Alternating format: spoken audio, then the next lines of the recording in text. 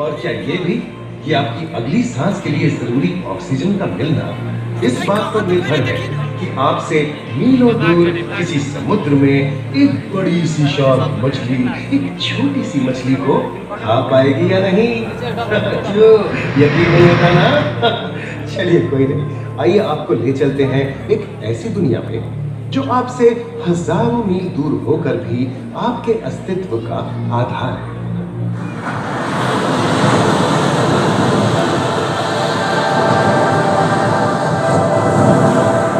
ये महासागर है, मीलों दूर तक फैला हमारे जीवन का केंद्र, जिसका पानी हर देश की सीमा से परे है।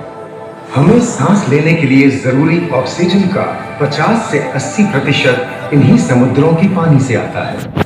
ये भी कह सकते हैं कि ये सागर एक विशाल संयुक्त परिवार की तरह है, जिसमें ये सभी जीव एक ही घर में रहते हैं, जैसे मछलियां, mollusc, dolphin, seal, walrus, crustacean, bacteria, समुद्री एनिमोनी और हाँ, ब्लू व्हेल भी, जो पृथ्वी का सबसे बड़ा जीव माना जाता है। और जंतु ही नहीं, इन समुद्रों में पौधों की भी लाखों प्रजातियां पाई जाती हैं। इन विशाल समंदरों का पानी हमारी पृथ्वी का लगभग 3/4 हिस्सा है। इस धरती पर 5 बड़े महासागर हैं: आर्कटिक, अटलांटिक, हिंद, प्रशांत और दक्षिणी महासागर। ये सागर इतने महत्वपूर्ण हैं कि इनका तापमान और लहरें दुनिया के हर हिस्से के मौसम पर असर डालते हैं, चाहे वो मौसम कितना ही खतरनाक क्यों ना हो। हमारी ही तरह पानी के नीचे पनपता हर जीवन सूरज की रोशनी पर निर्भर है। जी हाँ जनाब, सिर्फ ये जंतु, मछलियां, पेड़ पौधे ही नहीं, बल्कि बैक्टीरिया जैसे सूक्ष्म जीव भी सूरज से ऊर्जा पाकर खिलखिला उठते हैं। ये देखो मिस्टर कूदबिलाव, कितने मजे ले रहा है। देखा इसे, अपने चेहरे की पोजीशन ऐसे बदल रहा है जैसे किसी स्पा में स्टीम ले रहा हो। और वो चली मैडम व्हेल इटलाते हुए सनबाथ लेने। और ये जोकर मछली यानी क्लाउन फिश, ये तो गाना भी गाती है भाई, बिना किसी सुर ताल के। ये रात समुद्री जानती है, और कोई खतरा महसूस होने पर ये कभी गुर्राती है और कभी चहकती है। क्लाउन फिश है ना। और ये डॉल्फिन हमारे स्मार्टफोन से भी ज्यादा स्मार्ट है। ये अपनी आवाज का इस्तेमाल सोनार की तरह करके एकदम सही दिशा में तैरती और एक दूसरे को संदेश भेजती है। जी हाँ, ईमेल या व्हाट्सएप से भी तेज। मूंगा चट्टानें यानी कोरल रीफ दुनिया की सबसे विविध इकोसिस्टम्स में से है। इन चट्टानों को अक्सर समुद्र के वर्षा वन कहा गया है। आई, समुद्र में वर्षा, अजीब बात है ना।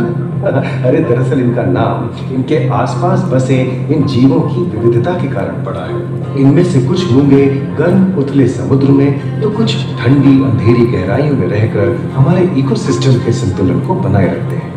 पौधे हमारे इकोसिस्टम का एक बहुत ही महत्वपूर्ण हिस्सा है और पानी में ऑक्सीजन का सबसे बड़ा स्रोत है। इस नीले पानी में मौजूद कई पौधों में से एक बहुत ही महत्वपूर्ण पौधा है फाइटोप्लैंक्टन, जो पूरी दुनिया की ऑक्सीजन की जरूरत का लगभग 50% बनाकर हमारा अस्तित्व बनाए रखता है। इन समुद्रों में पहुंचने वाली सूरज की रोशनी की मात्रा के हिसाब से उन्हें 3 क्षेत्रों या परतों में बांटा गया है। सतह के सबसे नजदीक वाली परत को यूफोटिक जोन या सनलाइट जोन कहा जाता है। जाहिर है कि यहाँ सूरज की सबसे ज्यादा रोशनी पहुंचती है और 90% समुद्री जीवन इसी परत में मौजूद है। अगली गहरी परत को डिस्पोटिक जोन या ट्वाइलाइट जोन कहा जाता है। इस परत तक सूरज की सिर्फ 1% रोशनी पहुंचती है, जो पौधों के जिंदा रहने के लिए काफी नहीं है।